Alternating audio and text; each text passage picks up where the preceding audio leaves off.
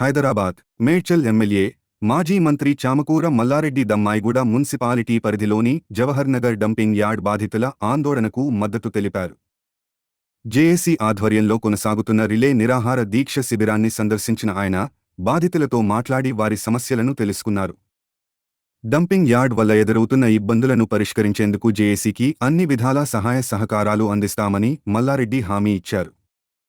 ఈ సందర్భంగా బాధితులు తమ సమస్యలను ఎమ్మెల్యే దృష్టికి తీసుకువచ్చారు. గత 6 రోజుల సంది కూడా ఇక్కడ దీక్ష చేయబడుతున్నారు డంపింగ్ యార్డ్ విషయంలో. ఎందుకంటే గత కాంగ్రెస్ ప్రభుత్వం 20 సంవత్సరాల ముందు ఈ రామ్కి వాళ్లకు చాలా డబ్బులు తీసుకొని వాళ్ళకు 360 ఎకరాలు ఇచ్చి అప్పుడు ఈ రామ్కి తోటి కాంగ్రెస్ ప్రభుత్వమే అగ్రిమెంట్ చేసుకొని ఇంత పెద్ద చెత్త కుండిని తెచ్చి ఇలా పెట్టిన ఘనత కాంగ్రెస్ ప్రభుత్వం. మేము మా టీఆర్ఎస్ ప్రభుత్వం కూడా ఉండి నేను మినిస్టర్ కూడా ఉన్నా.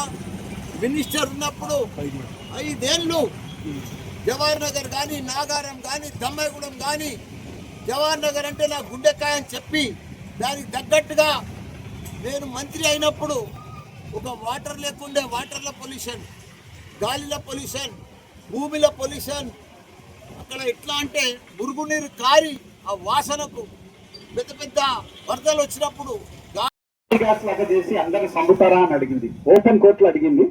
ఆ రికార్డింగ్ కూడా వస్తుంది నాకు. అంటే వీళ్ళు ముఖం కింద మీద వేశారు అనమాట. ఏం చెప్పలేకపోయారు. అంటే ఫస్ట్ వీక్ లో ఫైనల్ డిసిషన్ ఇస్తా అంటే వద్దండి, జస్ట్ టైం గెయిన్ చేస్తున్నారు వాళ్ళు. టైం చేస్తా అంటే ప్రెషర్. నేను మా ఎమ్మెల్యే గారిని మా లీడర్ని అందరు రిక్వెస్ట్ చేస్తా, మీరందరూ మమ్మల్ని కలిసి మీరు జేఏసీని పెట్టారు కదా, మీరందరూ పెట్టారు కదా. మీకు అసలు రాత్రి పగలు నాది 20 లక్షల రూపాయలు అయింది. ఆర్ట్ పోయింది నాది 20 లక్షలు. 5 రూపాయలు వడ్డీకి తీసాను. 5 లక్షల రూపీస్ ఇప్పుడు ఇస్తున్నా. ఇక్కడ రాకముందు నేను మంచిగా ఉంటుంది. ఈ డంప్ వాడి వల్లనే అయింది. దయచేసి మీరు లీడర్స్ అంతా మా ఎంబట, నేను చచ్చినా పర్వాలేదు కానీ మా ఎంబట ఉండండి. మీరు చెప్పేదానికి రండి. ఇప్పుడు ఈ బండ్లను ఆపాల ఎమ్మెల్యే గారు, మీరే చేయగలుగుతారు, వేరే ఎవరు చేయలేరు. నేను బండ్ల గురించి చెప్పగలుగుతాను.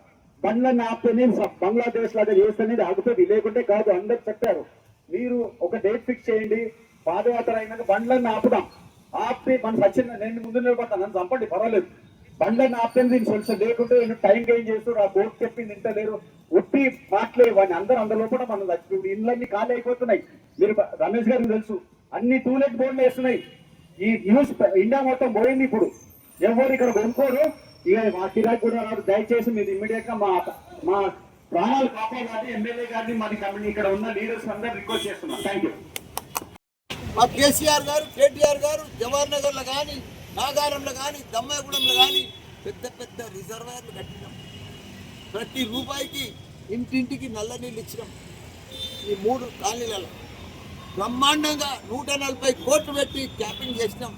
పర్ఫెక్ట్గా గడ్డి పెంచి మంచిగా గుట్ట లెక్క తయారైంది. 250 కోట్లతోటి ఫిల్టర్ చేసేది, మురుగునీళ్ళు ఫిల్టర్ చేసేది ఎక్విప్మెంట్ పెట్టాం. పర్ఫెక్ట్గా వాటర్ ఫిల్టర్ అయ్యింది. మురుగునీళ్ళు ఇడిపోద్దని ఫిల్టర్ చేసి ఇడిచిపెడుతుంది చెల్ల. దాని తర్వాత 500 కోట్లతోటి మంచి ప్లాంట్ పెట్టినాం, కరెంటు ఉత్పత్తి చేసే ప్లాంట్. పర్ఫెక్ట్గా చెత్తతోటి కరెంటు ఉత్పత్తి అయింది. దాని తర్వాత దుందిగల్లో కూడా ఇంకో డంపింగ్ యార్డ్ కూడా ఓపెన్ చేసినాం. అక్కడ కూడా నడుస్తుంది. సిటీకి 4 వైపులా అప్పుడు మా కేసీఆర్ గారు చెప్పిండు, తెరుస్తా అని చెప్పిండు. జాగాలు కూడా ఐడెంటిఫై అయినాయి.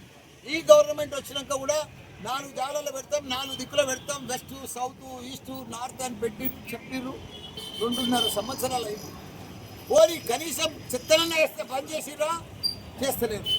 ఇవన్నీ కూడా ఆ ఫిల్టర్ సరిగా చేస్తలేరు, కరెంటు ఉత్పత్తి చేస్తలేరు. మళ్ళీ కొత్త గుట్ట తయారు చేసి మొత్తం పబ్లిక్ వాసన బారిన, పొల్యూషన్ బారిన, రోగాల బారిన, మామూలు గౌస్త కాదు. అట్లా ఎట్లా బతుకుతుర్రో రోజు మినిమం 2-3 చనిపోతున్నారు. రోజు అందరు ప్రజలంతా కూడా మిడిల్ క్లాస్ ప్రజలు, పేద ప్రజలు, వాళ్ళకి ఎక్కడ దిక్కు లేదు. ఏం చేయాలో అర్థమైతే లేదు. ఈ ఎన్జిఓ సోదరులు పాపం పెద్దలు ఏజ్ అయిపోయిన జేసీ వాళ్ళు మొత్తం దీక్ష కూర్చొని ఇప్పుడు కూర్చుంటే తప్పకుండా వీళ్ళ ఎంబడి ఉంటా.